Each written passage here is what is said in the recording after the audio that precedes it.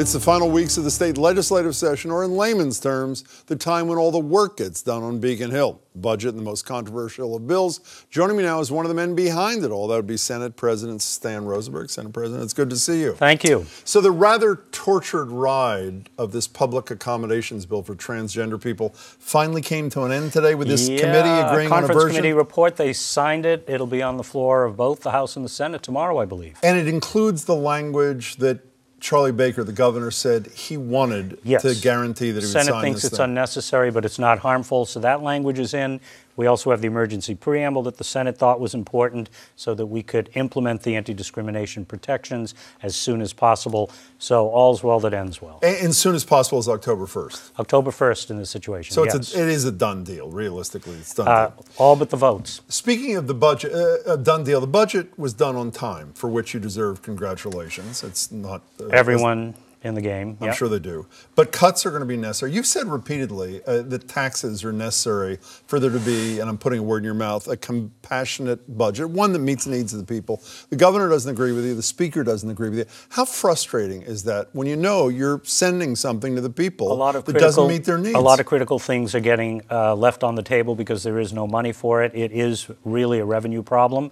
And we're going to have to deal with this. And the next big opportunity is 2 years from now on the ballot with the Fair Share Plan that would produce about $2 billion in new revenue for transportation and education, two things critical to the survival and functioning of our economy. But we wouldn't reap a dollar from that until sometime into 2019. That's correct. It's about 33 years away. Tell me if this is unfair. The members in joint session, House and Senate members, voted something like 135 to 55 or something. 133, but who's counting? Here's the message, well, I'm counting. Here's the message that I take away from that. You know that taxes need to be raised in overwhelming numbers, but you don't have the courage to do it yourself. Let the people raise taxes on the ballot in November. That's a fair description of what your colleagues in the House and the Senate did, isn't it? That's a constitutional amendment, and therefore it has to go through that process. I understand that. Would I love to see some proposals on the table to close some of the loopholes and the tax expenditure report that came out a few years ago? Absolutely. And I hope we will be able to do that next term. But that's not my question. My question is, if they believe that taxes need to be raised, and by definition they do, or they wouldn't have voted for this thing, then why don't they raise them themselves? I mean, it seems to me, because they don't have the, to use the word of the former governor, the spine to do it. Sign me up. But I'm right, am I not? Talk about your... Sign me up. But I am right. I'm ready that to vote. They don't have the courage to do what they want the public to do. When we can get a bill over to the Senate, a tax bill over to the Senate, we're ready to vote. I'm right, am I not? You are almost always right. But I'm right in this case. By the way, it was something near and dear to your heart. Marty Meehan, the head of UMass, announced tuition and fees are going to go up more than expected, in great part because there's not enough money. More student debt. And then people are going to complain because the kids can't take the jobs in Massachusetts because they have too much student debt. So essentially what's happening is the legislature has decided in that regard that cost shifting is okay. We're going to provide a modest 1% increase for UMass, the flagship thing for the state, and we'll make sure that kids, many of whom can't afford it, pay more. That is fair, correct? That is totally fair. You get along with Charlie Baker? Yes. Very well. And how would you rate Just got off the phone with him 5 minutes ago. You did? What were we talking about? We were talking about Real ID. Okay. And what's going to happen on that? We got to make sure it gets into law so that we don't have a problem with the federal government. And how would you rate his performance for the first almost 2 years? He focused on management the first year because of the cards he was dealt. This year, he's dealing again with a budget problem, but also has a whole bunch of other initiatives that he's going to be receiving from the legislature that he has to consider, things like transgender, public records. Again, some of those he was more comfortable with and got to the finish line more easily. But he's doing his job, we're doing ours. Do you think he's doing a good job? I think he's getting a lot of work done, and we're doing it as well. Can you imagine voting for him? I mean, you're a pretty good Democrat. Can you imagine voting for him? I've never voted for a Republican. In your whole life? In my whole life. For anything? For anything. What do you think that says about you? I'm a Democrat. And who is the Democrat who's going to challenge Charlie Baker? Not a clue. Could it be your colleague, Dan Wolf? Could it be Dan Wolf? Are you available? Could it be Dan Wolf? It could be, but he said it's unlikely in a Globe piece the other day. Are you encouraging any Democrats to decide to do this thing? It's way too early. Let's talk about something you and I talked about here in March. I asked you, this whole Uber, Lyft, ride-sharing thing. Yeah. Commissioner Evans, I think, had been here a few nights before, Fingerprinting. said, what's that? Fingerprinting. Fingerprinting. Really Yeah. needed fingerprinting. So I said, do you support fingerprinting? Here's what we discussed in March. Here it is. Is it going to be in the Senate I think we version? should look at it seriously, and I'm inclined to think it's a good idea. If we're doing it for taxi drivers, I don't know why we wouldn't do it for the Uber drivers. We're trying to create a fair and level playing field. They're doing the same job. They're picking people up and delivering someplace. The rules ought to be roughly comparable. So what happened? You didn't create a level playing field. When I made that statement, it was my impression that we were doing fingerprinting for all taxi drivers in the state. It turned out it was only Boston, and only for less than a year.